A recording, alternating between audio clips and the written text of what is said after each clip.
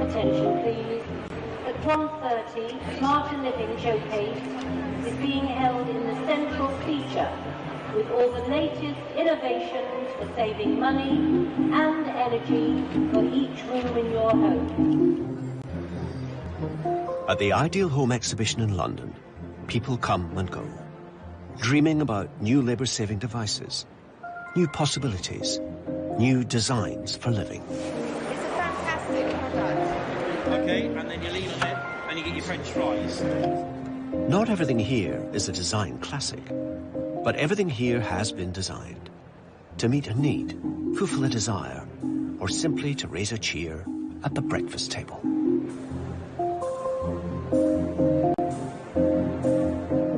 The people who worry about this kind of stuff are called designers. They worry about stuff, not in general, but in particular, the fine detail of stuff, the stuff we build our lives from. They worry about it so that we don't have to. Our mission, our reason to be doing what we're doing is to make a better world for the small things. Okay, they're not scientists, they're not engineers, they're certainly not writers, but they're doing work which is extremely critical to the function of our society. I mean, if design has got anything to offer us, it ought to be that our relationship to objects becomes more thoughtful, wiser, deeper, better considered. You can be a plumber, you can be a journalist, you can be a designer. It's exactly the same thing. One clear way for me to deserve to exist is to serve. You don't think about your toothbrush being designed until you put a badly designed toothbrush in your mouth.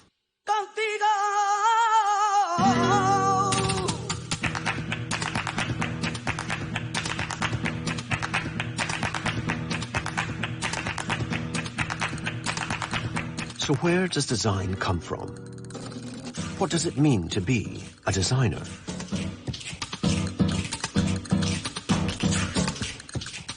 What is the special nature, the genius of this thing that we call design? This series sets out to answer those questions, and along the way, we'll tell the story of the world that the designers have made for us.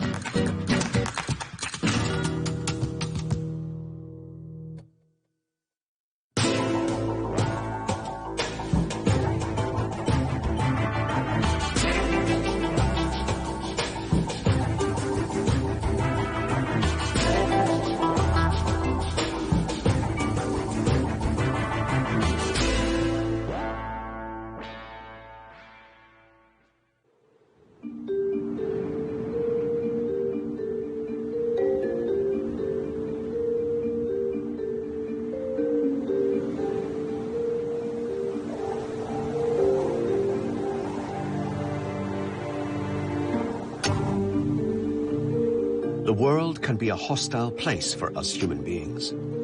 But frail and fragile as we are, we've managed to survive it, and even thrive in it, thanks to our innate skills as designers. Starting from the simplest stone axe, we've developed tools of increasing sophistication that offer a handle on the most unpromising environment.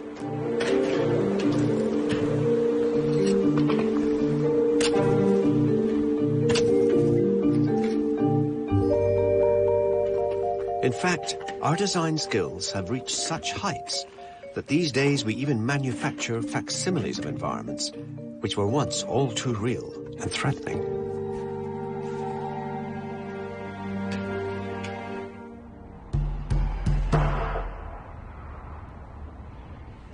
As for the modern city, the sheer density of design here reaches an almost organic level of complexity.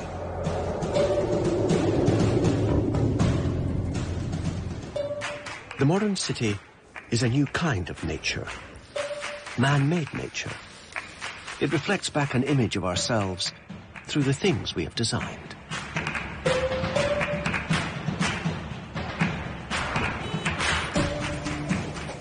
But for the designer, the world is not enough. Plans for a new improved version are always on the drawing board. I think designers always imagine that something could be better, that whatever it is now, rethinking, taking advantage of new technologies of production, all of that, I think, drives them on to the idea that they're making a better mousetrap. This is a standard measuring cup, but the key thing is that it's made to be so that you can read it from above, and it's resting on the tabletop and it's stable. So how many of us, when you put stuff in a liquid in a measuring cup, you have to then hold it up? And if it's a liquid, then it gets disturbed and you can't quite tell. And it's this kind of thing, by the way, that I love about design, because some of the problems of the world are so difficult to solve. Problems of disease, of poverty, my gosh, how are we going to solve those problems? And so it's inspirational to see somebody actually solve a problem. It's not a huge problem in the world, but at least it was solved.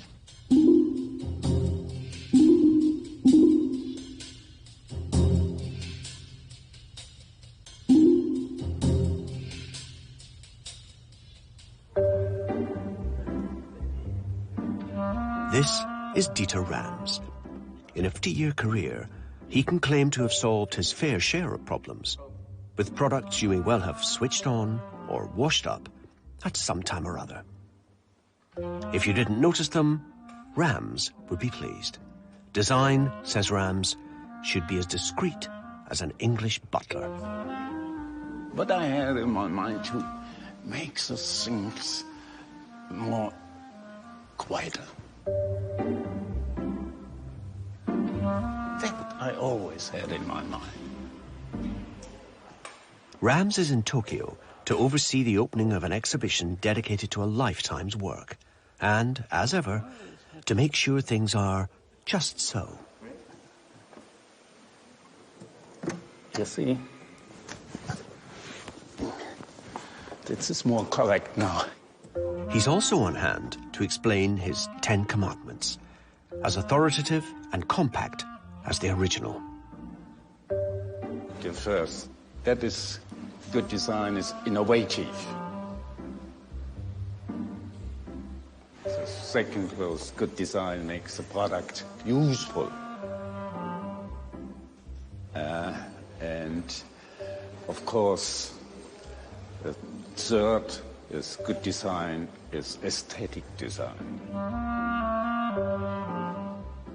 Within the design world, there has long been a controversy of whether a designer is an artist, or the designer is an engineer, or the designer is a servant of the corporate world. For me, the designer is all of those things. They've got to worry about the economy on the one hand and art on the other. They're the nexus, they're the bridge, they're the crossroads. Good design is honest. Honest. What's a dishonest design? Lying. And 10, it's a religion, but good design is as little design as possible. That's what I like expressing.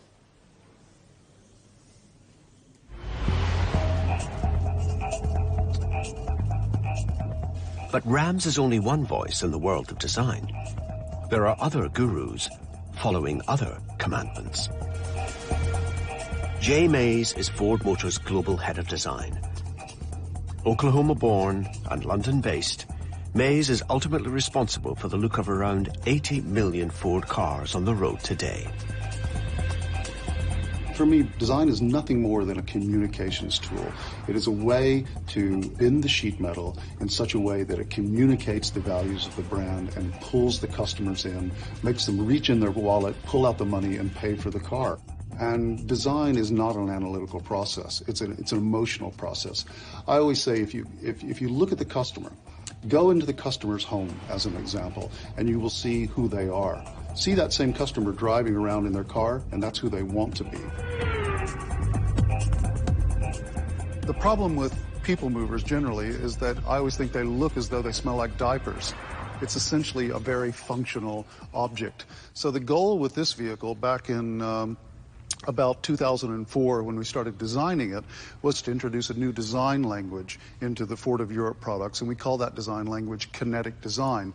Now, kinetic design is a design language that should visually communicate the idea of the vehicle really moving even when it's standing still. A lot of people ask me if kinetic design has a function. Yeah, the function of kinetic design is to put a smile on your face. However you define it, whether you're from the Church of Rams or the School of Mays, we are now in the position of being able to take good design, more or less, for granted.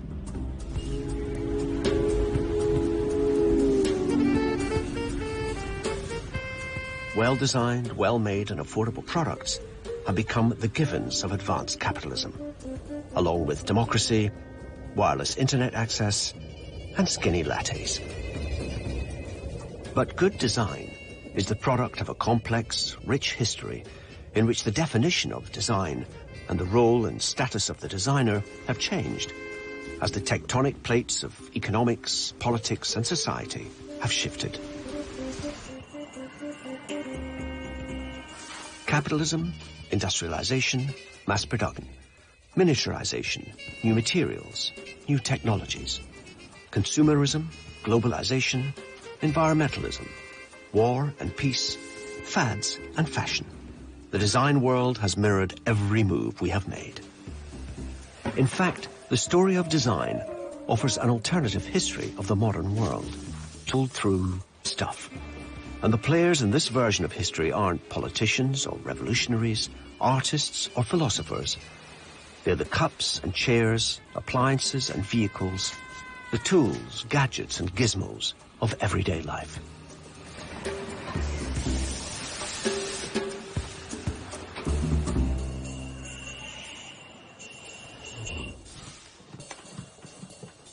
But before all that, there was this. In the story of design, this is the Garden of Eden. Before industrialization and mass production divided the designing of things from the making of things. Before the Industrial Revolution, this is how stuff got made. By craftsmen and women operating out of small workshops, turning out a limited range of products in small runs.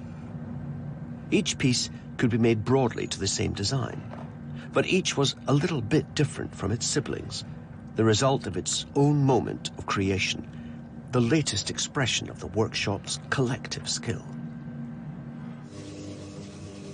Though you may be producing dozens of pieces, there's still an individuality to the pieces, so they don't need to be exactly the same, but as long as each one has a bit of life, has a flavour, I suppose, that's the important thing, that each piece speaks. Part of what the client, the customer, is looking for is that essential part of the maker, and that's what they're buying, really. It's not just the object, it's everything that's gone into the making of that piece. Glass can be a little surprising at times, so you think it's going to do one thing and it does something slightly differently, and people can't really tell you what it is to do. You've got to feel it and you've got to be able to do it. So you make an awful lot of mistakes before you get it right. I think one of the differences between the handmade pot and the industrial pot is about truth to materials. The clay has a life of its own, and so you have to be in sympathy with it.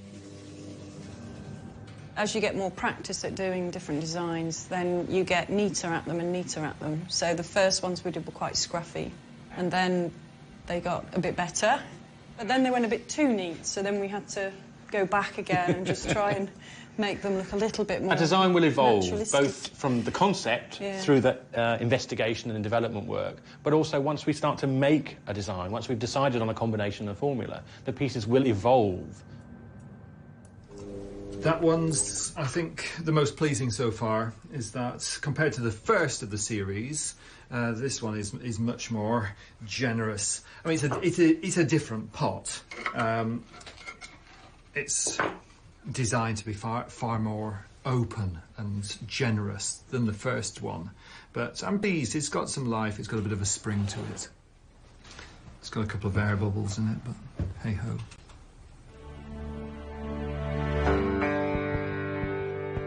For industrial designers, the hand and eye of the craftsman is both an inspiration and a standard to aspire to. My grandfather, he was a specialist for surface, for pianos. And I learned from him to polish by hand. And his thumb was like his tool, like a tool, much thicker as mine. He was thinking not in mass products. And that is what we have to think today too. We have to change mass products into quality products. But controlling a multifaceted manufacturing process is more challenging than throwing a pot on a wheel.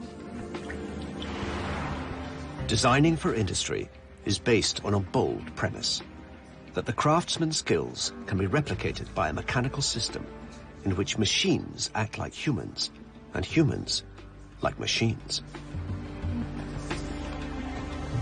What happens in a mass production system is that the craftsmanship is actually transferred from the people who are physically assembling the product back up the chain away from the mass of workers who are actually doing the assembly.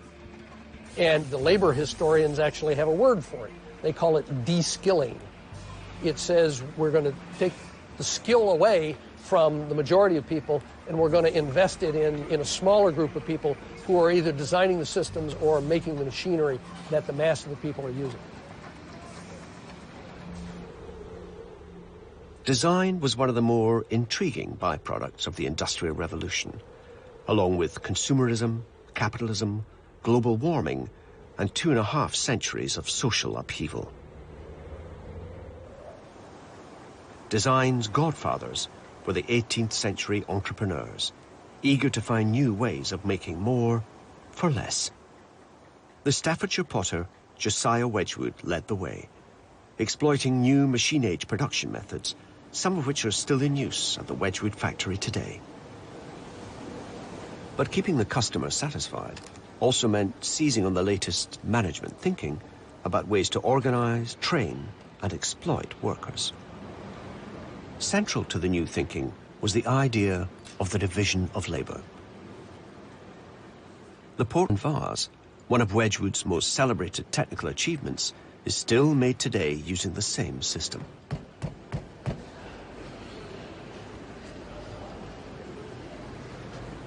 I'm a prestige figure maker. Figure maker? So, yeah. 27 years, yeah. Straight from school at 15. Filled the plaster mould with clay and now I'm just going to scrape the excess clay off so that you end up with just the figure in the mould. When I finally get the figure out, it goes to the ornamenter to be ornamented. So someone else puts the figure on the vase? Yeah, the ornamenter. The trickiest part is when I'm actually getting the figure out, some people call the tool that I actually use a spatula. But all the girls who've ever done this job, this is a waddler. A waddler? A waddler, because we waddle like a duck. There's 18 figures on the Portland vase, and these are the same figures, I think, that from when Josiah started. Do you want us to know in terms of the style? Of course, I've earned it 27 years.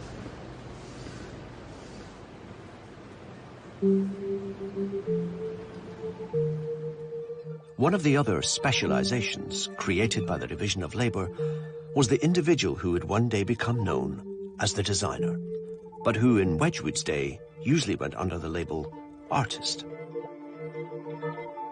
But whatever they were called, in the new era of industrial production, they were the ones responsible for creating the original designs from which all subsequent copies would be made. Today, at the Portmeirion Pottery in Stoke-on-Trent, the chief designer is Julian Teed. He learned much of his craft from the late Susan William Ellis, Portmeirion's owner, designer, and enduring inspiration. She would spend hours and hours drawing. She would go to bed with a sketchbook. This is an example of a sketchbook. She was a prolific sketcher. She would sit up all night drawing. No need for computers with Susan, I can tell you. And then I'd come into work the next day and she'd say, "Julian, come and have breakfast with me." And we go through and sit out in the garden, especially in the summer. Fantastic. I mean, it was such an experience for me. And she'd show me all these drawings that she'd done at like 3 o'clock in the morning. Julian is working with modeller Mark Castry to create a commemorative mug based on one of Susan's original designs from the 1960s. The modeller makes a master pattern in plaster, which will in turn be used to make the production molds from which the mugs themselves will be made. Every industrially manufactured product, from a paperclip to an Airbus, has to go through this tooling up process, an act of faith on the part of the manufacturers. There's a lot of upfront cost with industrial design. The product designers are carrying, in effect, this load with them of a corporation that's going to make the stuff, of factories that are going to produce it, of people who are going to finance it, of marketers who have a strategy to produce it. And unless the designer is attuned to all of those things, it won't happen. So it's not a casual activity. And I think designers, good designers, know all that and strive to kind of hit the sweet spot that will satisfy all these diverse elements. For the industrial product, this is the moment of creation, the chance to get everything right before the production line starts to roll. What we have here is Mark modelling directly back into the plaster. As you can see, it's a very skilled, detailed and fine job. And what he's putting into this mug now is his soul. It's going in there. Right now, you're watching it as he's scratching it in. And it'll stay there forever. So when you go into the shop and you buy a mug for £12, that has got a part of Susan, a part of Mark, a part of me. You know, that's the passion of pottery. And pottery is about passion. There's no doubt about it. You know, we're making pots out of mud. That's what we're doing at the end of the day. We're digging mud out of the ground and we're putting it through flames. And to do that with real passion, you need people. You can't do it just with machines.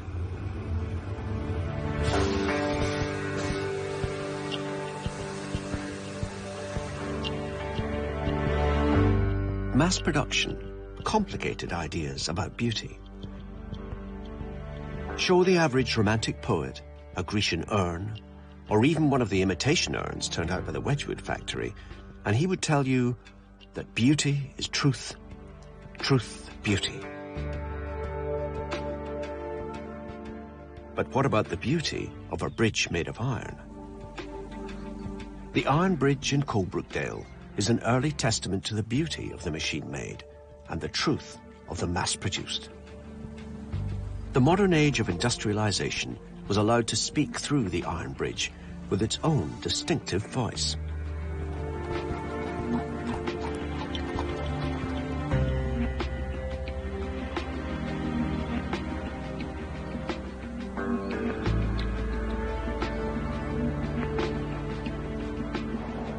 The Iron Bridge had its origins with another 18th century entrepreneur, Abraham Darby. Unlike Wedgwood, he worked with molten iron rather than pliable clay. In the early 18th century, he invented a new way of casting iron, using multiple molds made out of sticky green sand. The simple brilliance of Darby's method was that once the iron cooled, the molds could be broken, the product removed, and the sand remolded from a master pattern. is all really sort of advanced sandcastle building, but for an industry. And the point being that once you've invested in your pattern, you can use that again and again and again and again to make your moulds. It doesn't matter then that the moulds get destroyed because you can reuse the sand. It's only sand. But the value is in the pattern. The top seller from Derby's Colebrookdale Ironworks was this. Quaker plain, functional and durable, the Derby cooking pot came in a variety of sizes and any colour you wanted, so long as it was black.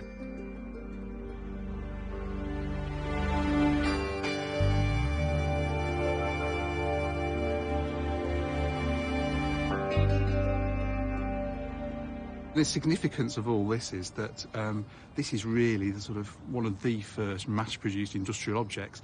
I mean, there's a lovely bit in Derby's patent which says this it's got a better method of casting pots, and this will be of great benefit to the poor of the kingdom. In other words, there's a lot of the poor of the kingdom, and I can sell a lot of them. You could say Derby was the designer. I mean, it's a classic one where coming up with the process, the manufacturing process, has had a powerful influence on the design, and it's just a beautifully simple thing. And the only real bit of decoration on it are those two lines there, and the fact that they haven't gone straight up with this, it's got a lovely curve on it, and that's about it, and it's so simple.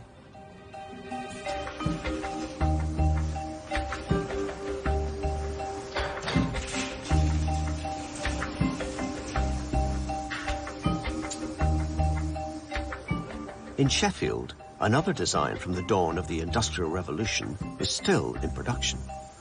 Bergen & Ball's No. 10 double-bowed drummer boy sheep shears. The design of the drummer boy, along with the specialised skills needed to produce it, have remained largely unchanged for more than 270 years.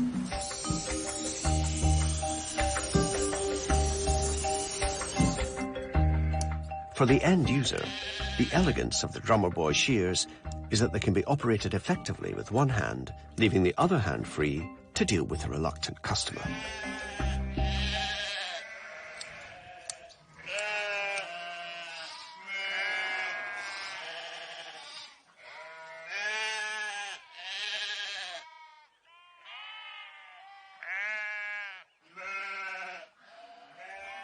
What's beautiful about these, and I say beautiful not in terms of form, but in terms of the way the material is being manipulated and fashioned by the machines, and the way the machines are being choreographed. The steel has two functions within it. One is cutting, you know, rigidity, but suddenly we have flexibility and springiness. And it's not a case of adding a handle or adding a spring, or it's actually coming from the material. It's reached what could be regarded as a kind of an endpoint. So what could we take away from this? Well, not much. We could take away the paint, maybe, but it means that when it comes to the redesign, what do you do? Like Derby's cooking pot, Bergen & Ball's shears offer an alternative to the Wedgwood design aesthetic. Call it the roundhead tendency rather than the cavalier. Cavalier design, like a Wedgwood vase, offers fashion, status, conspicuous consumption, and a willingness to recycle history. Roundhead design stands for functionality, a truth to materials and production methods, and an allegiance to the present. A distinction that still holds true today. That argument is used a lot, the idea that if something is functional, that it's going to be soulless. That is not quite right, because they do have a soul. It's just that the soul is not in the foreground. It's in the background. It's much deeper, just like a human being.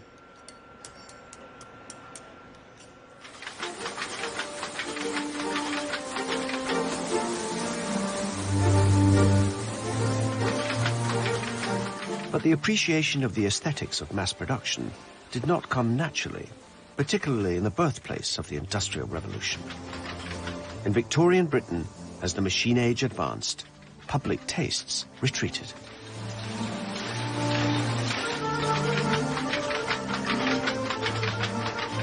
The transformation of the country by industrial capitalism would take place behind a Gothic facade, barnacled with knights, damsels, and heraldic beasts.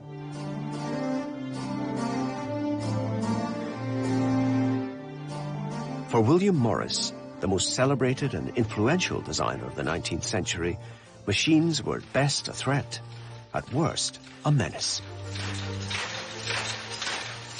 He wasn't against machines per se, because he could see that machines could, if they were properly regulated, they could make life better for people. But he couldn't bear the thought of this beauty being achieved at the expense of the people who were producing in these inhumane conditions, and that a beautiful object really must be made in beautiful surroundings by people who were living reasonable lives, lives with some pleasure in them, not the kind of lives that a lot of people in Victorian England were being forced to live and work in. Morris's response to the unacceptable face of industrialization was to plan a route back to the Garden of Eden by relearning craft skills that the machine was replacing. Morris had an almost instinctive need to learn, how do you print a textile, how do you dye cloth the colour that you absolutely wanted, how do you weave a tapestry, and he set himself the task really of learning, of mastering all these processes, believing that that was an important part of a designer's role in a way. And this, of course, is why Morris is so important in relation to the arts and crafts movement. He's important as a designer, as a reforming designer, but at the same time he is this towering craftsman, and he's an inspiration to the next generation who equally see, you know, a different way of designing and making objects in a smaller workshop environment.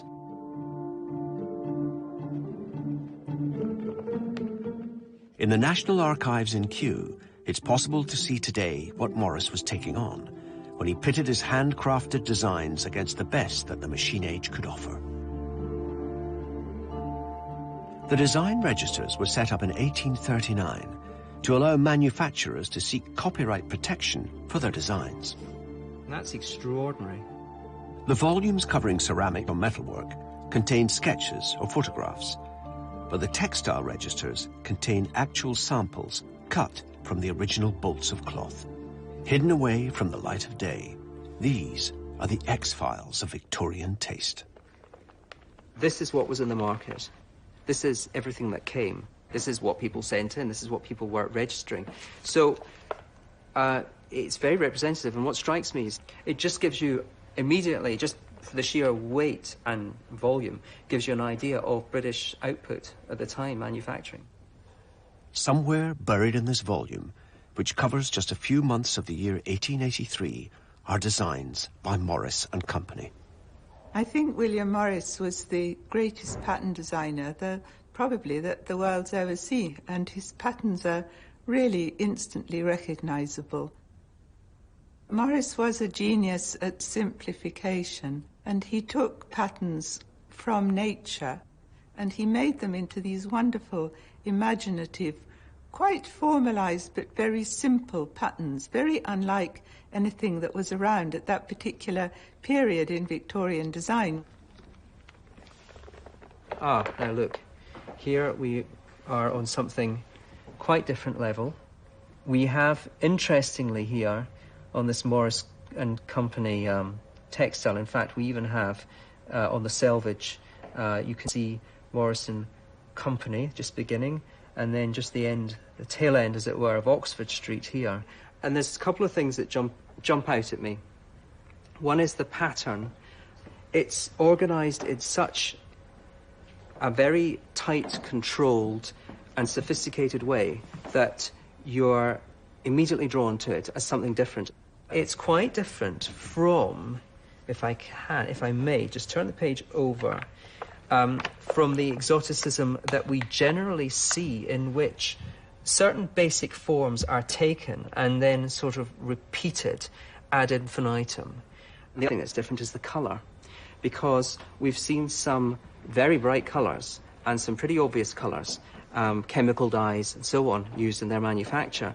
But here, it's clear that it's something a little more natural. So here he is, amongst all the huge manufactories of the Midlands and so on, competing and showing his own, and extraordinarily, he's come up with something quite different and offering it to the market.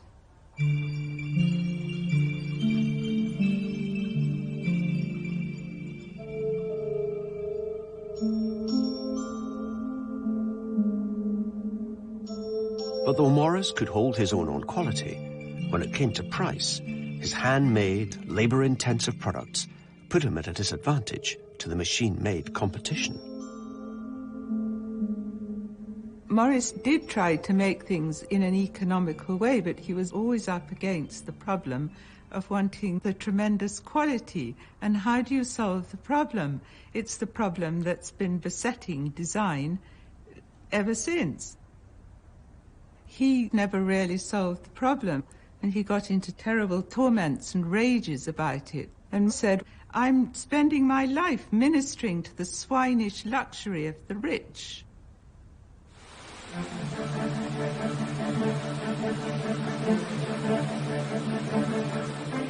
Design is a servant to capitalism. I think that's something that I accepted many years ago.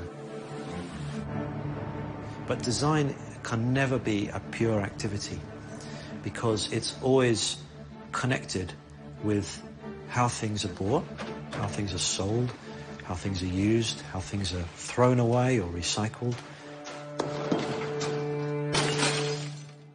All of these different aspects of how consumption operates need to be acknowledged, understood, and sometimes manipulated so that you can create beautiful, resolute, astounding pieces of work. While Morris struggled with the levers of capitalism, an exact contemporary of his found his place as designer-in-chief to industrial Britain. Christopher Dresser was recognizably modern in his approach to design. Dr. Dresser, as he preferred to be called, can lay claim to being the first brand-name designer, with his signature appearing on many of his designs. Directing the work of up to 10 other designers, his studio was responsible for a wide range of products across the whole spectrum of British manufacturing. He designed pottery, he designed porcelain, he designed the silver, both sterling and plate. He designed glassware, he designed brass, he designed tin. Virtually every form of object you can imagine, you'll find a Dresser design. While Morris agonized over the byproducts of the industrial machine, Dresser seemed to see only the products. Dresser was engaging with manufacturing, he was engaging with industry. And I think when you look at a lot of Dresser objects, maybe particularly the metalwork, there is a sort of dynamism and energy to his designs, which seem to encapture the dynamism of the age.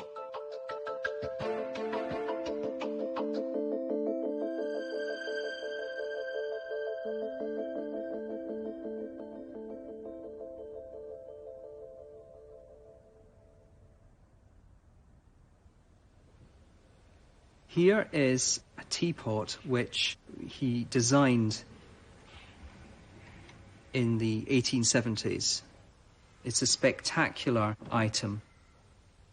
Even with this, and even when it's not got any liquid in it, you get this wonderful feeling of weight. It just sort of wants to pour. And just little elements which are so beautiful, the way in which when you lift the lid, even just the way in which the knob just sort of is interrupted from flipping back by the way it meets the handle. It's a beautiful piece of Victorian engineering.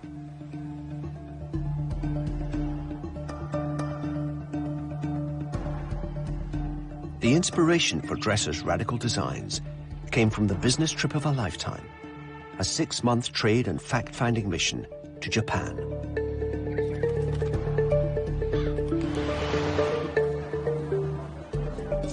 The Japan Dresser visited was riding its own time machine, fast-forwarding into modernity after centuries of self-imposed isolation from the rest of the world, transforming its medieval economy into the industrial and technological powerhouse we think of today. But amidst all the turmoil of change, traditional crafts still flourished, and these dressers studied with an appreciation and enthusiasm that would have delighted William Morris. Japan had long been an important source of decorative inspiration for Western designers. But by studying traditional craftsmen at work, Dresser absorbed important lessons about the unadorned beauty of the everyday.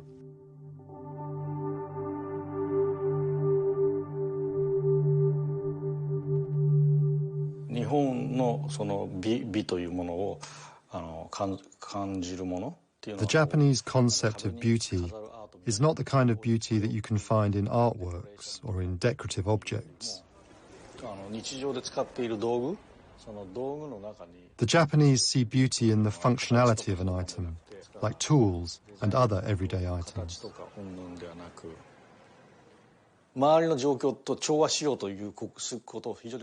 We place great emphasis on harmony and being at one with the world. This is engraved deeply in the Japanese mentality. On the other hand, in the world of design, achievements have been measured by how sensational and different a product is. Those designers are seeking to stimulate the soul, but we think differently.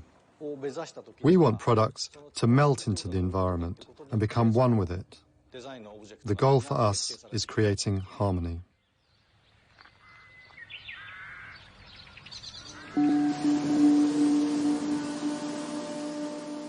The idea that design can have a philosophy attached to it might seem quintessentially Japanese. But in the empirical West, surprisingly similar ideas emerged as industrialization gathered pace.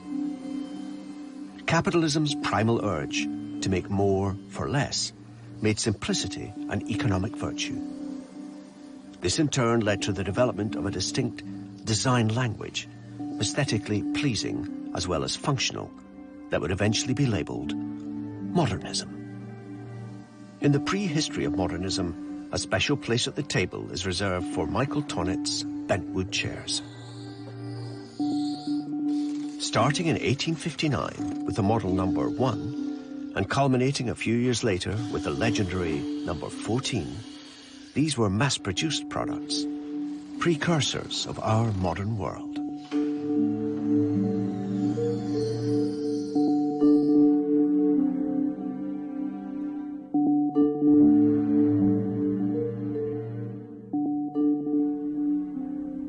This is the real original number 1, it's called. It was the first chair invented and built by Michael Tonnet in 1859, and it was a mass-produced item, and it's the icon of the whole invention of Tonnet. And today, still today, the elements we have in this chair are fundamentally exactly the same as the chair which is manufactured now. The extraordinary story about Tonnet is that it basically comes from an invention of bending wood with steam, which completely revolutionized the construction of the chair, which before was done with mortise and tenons. The extraordinary efficiency of taking one element of wood to create the back legs and the actual back support in one element remains as one of the most efficient pieces of design you can make. The beauty of it is not about just the image, which is very nice and graceful, but it's a fact of the lightness, the sound it makes. Obviously, if you're looking at the chair from a side view, you can see it has a very, very slight dish, just allowing you to have a bit more comfort in it. And when you see objects like this, you realize the designer is thinking more than usual. Thinking not just about me, but also about the things that I might do with it, So I might take a chair and I might rest it like this so I can clean the floor, So all these things are manifest inside the product.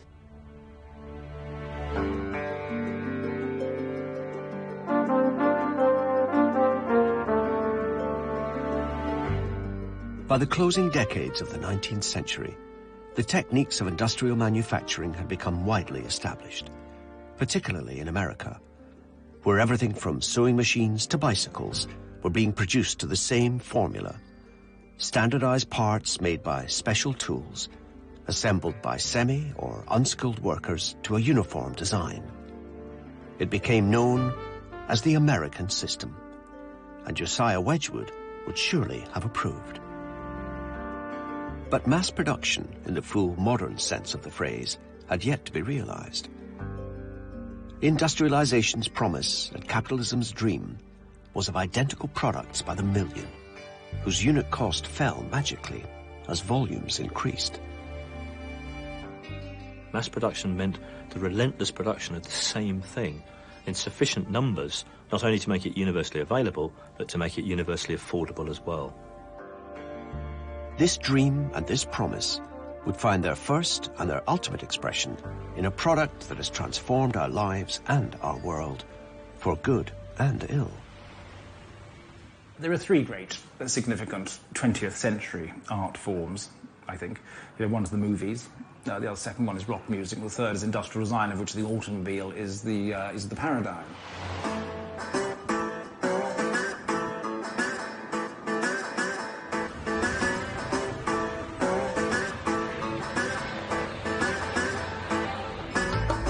I can't think of anything better than seeing a car that I've worked on drive down the street, and I always look to see who's in it, and I always look to see if it's the person that I imagined that should be driving that car. And it doesn't matter if it's the smallest or the most expensive car. It doesn't matter if it's a sports car or an SUV. It doesn't matter if it's a V8 or an electric car. There's a car out there for everyone. The idea of a car for everyone came early on.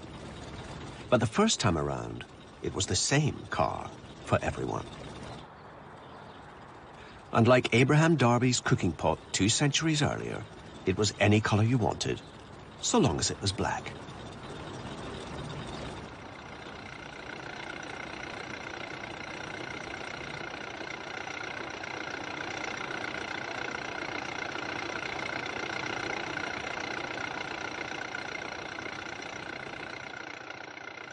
Henry Ford didn't invent the automobile, but he invented a way to get it to the most possible people at a great affordable price.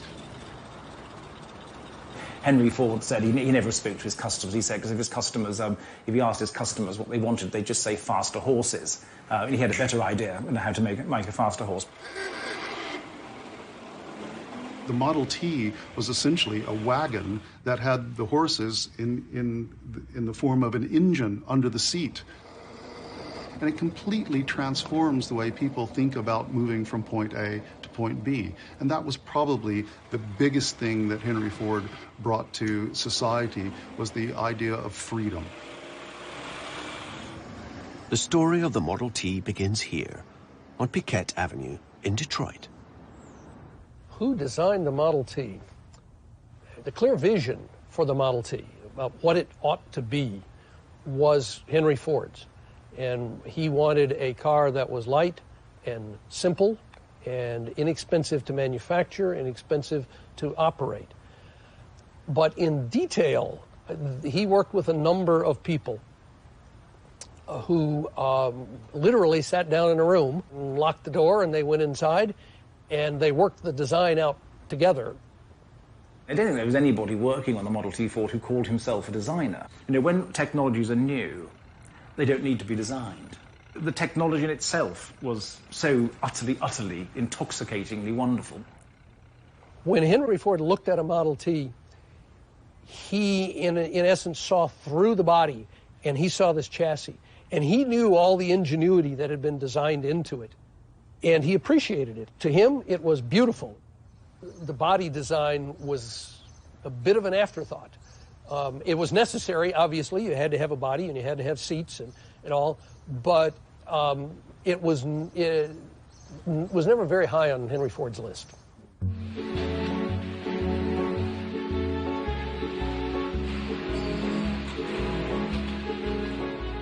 100 years on from the birth of the Model T, and car design remains a game of two halves, the body and the chassis.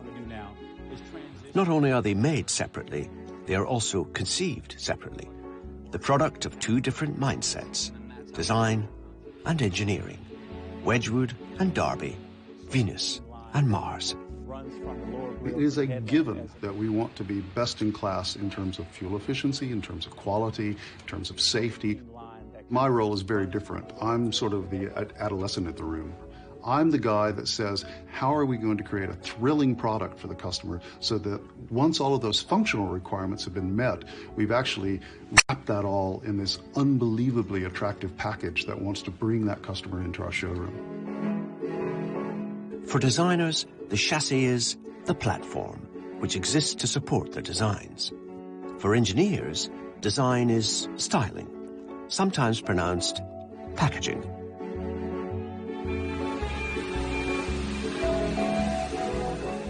The moment on the production line when chassis and body meet is called the marriage. And like many marriages, the outward show of unity often masks tensions that led up to the wedding day.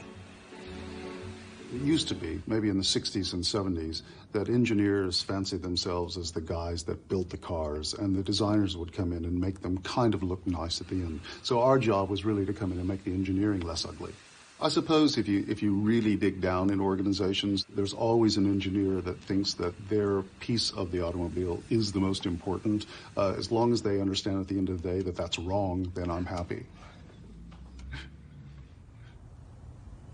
But the Model T is about more than the design of an individual car. Ford's towering achievement was to design a means of production that would literally change the world. They found that they could sell all they could make. Henry Ford's goal, however, was to make all he could sell. And so they basically sort of froze the design of the car, and then they went after the production process.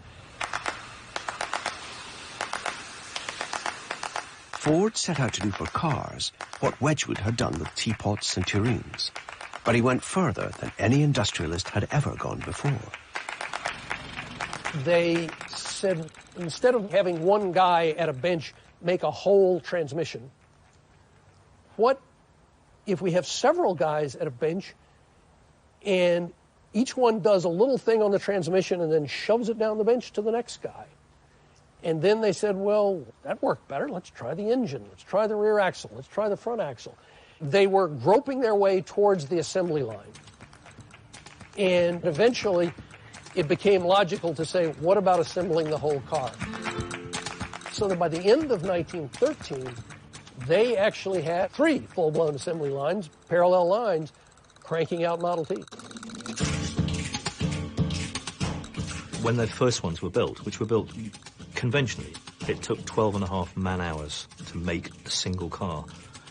By the time mass production was fully implemented, it took 93 minutes to make a single car. In today's sort of fragmented car market, where you've got all these different choices, it's hard for us to understand that at its peak, virtually half of the automobiles in the world were Model T Fords.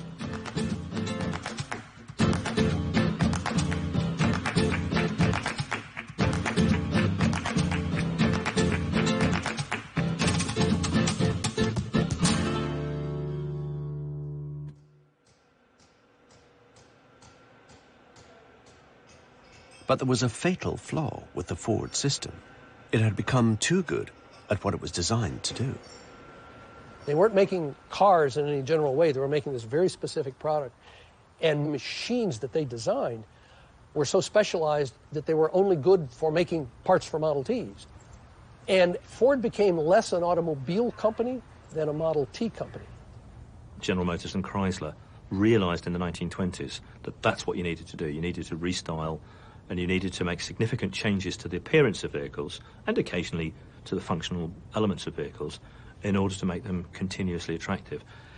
Otherwise, obviously, the end game would be that everybody would own a car and nobody would need to replace it. You know, you have to make an object not only desirable to buy, but desirable to replace as well. But what happens in a consumer society, as soon as you establish that baseline, somebody says, can I have a little more? Can I have a little more comfort, a little more speed, a little more style? Colors, maybe. Suddenly, at that point is when design was born, because we had answered the functional attributes of moving the customer from point A to point B, and now we were offering the customer a choice of how to go from point A to point B. And then you could make the car more attractive through colors, through different materials, and then eventually through different shapes, and that started to create the design industry as we know it.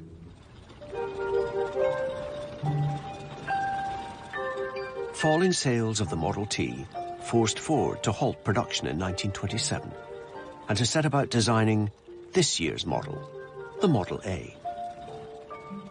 But Ford's reluctance to return to the drawing board cost his company millions of dollars in lost production and its place as the dominant player in the car market. He had learned the hard way a fundamental truth about the consumer society that was coming into being. We, the people, are not content with iron pots. We want Wedgwood vases too. My sense is that he thought that this was not only all the car you would ever need, it's all the car you should ever want. And so, ironically, the guy who set this whole 20th century consumer culture, did so much to set it in motion, found himself increasingly alienated from it. And hanging on to the Model T was sort of his way of saying, slow down. But it was fruitless. He couldn't slow it down.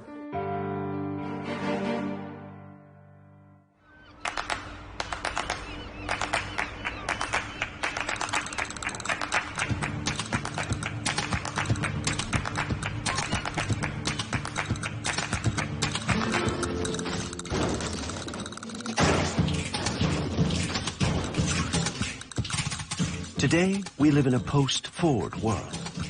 A world in which potters design on computers and print out their pots in 3D. A world in which mass production has been replaced by mass customization, and the buzz phrase is the market of one. A world in which our appetite for stuff has become a problem we'd rather not think about too much.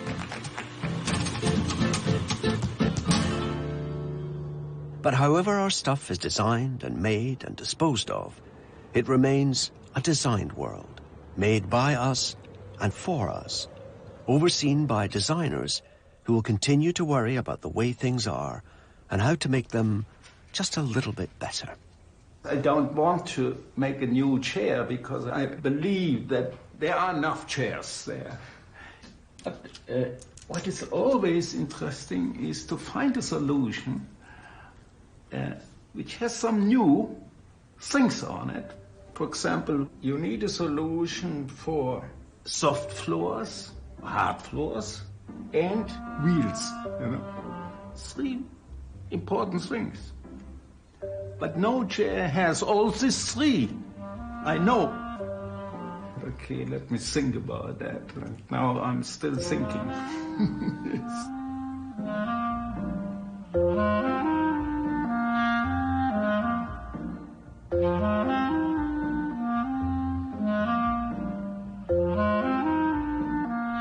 Designing a simple life. Vicar Peter Owen-Jones has his own plan of action in another new series tonight at 9. But next on BBC Two we encounter the big black chair, its mastermind,